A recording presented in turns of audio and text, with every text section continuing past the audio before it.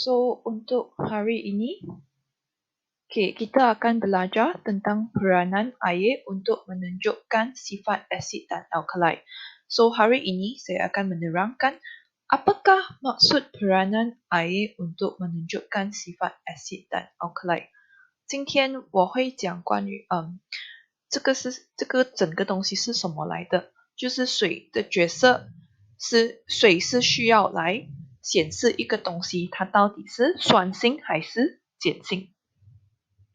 Okay, so banyak murid tanya mereka kata mereka tidak faham muka surat 128 bahagian ini. So 很多学生跟我讲就是你们不明白这个部分，所以今天这个 video 是讲这个的。So hari ini video khas untuk menerangkan tentang bahagian ini sahaja. Okay, so apakah maksud bahagian ini? So keseluruhannya bahagian ini hanya cakap satu benda sahaja.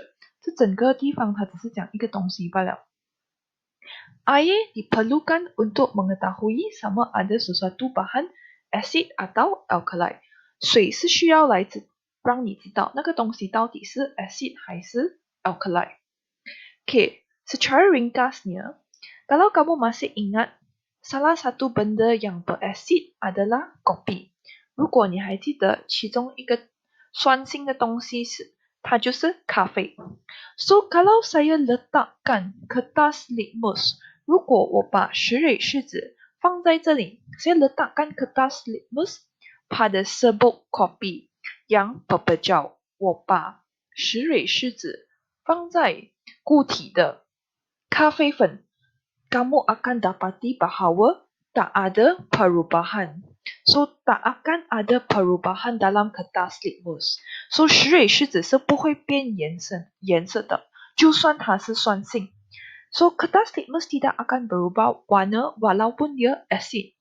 Mengapa? 为什么?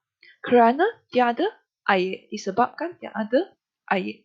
Tapi untuk kopi ini cecair. So, kopi ini dia ada air. So, dia adalah sejenis cecair.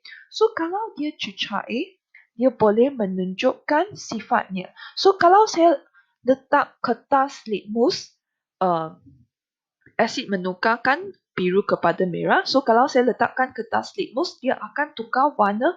Kertas litmus biru akan menjadi merah. Tapi di sini, walaupun saya letak kertas litmus, dia tak akan jadi merah. Dia asid, tapi dia tak akan jadi merah. Mengapa? Kerana tak ada air. Sama dengan alkali. Salah satu alkali ialah deterjen. Kalau serbuk deterjen, kita letakkan kertas litmus merah, dia tak akan tukar warna walaupun dia alkali. Mengapa? Kerana tak ada air. Tapi, kalau saya tambahkan air, saya guna cecair atau saya tambahkan air dan kacau, kertas litmus merah akan tukar warna menjadi biru kerana ada air. Ini maksud bahagian ini.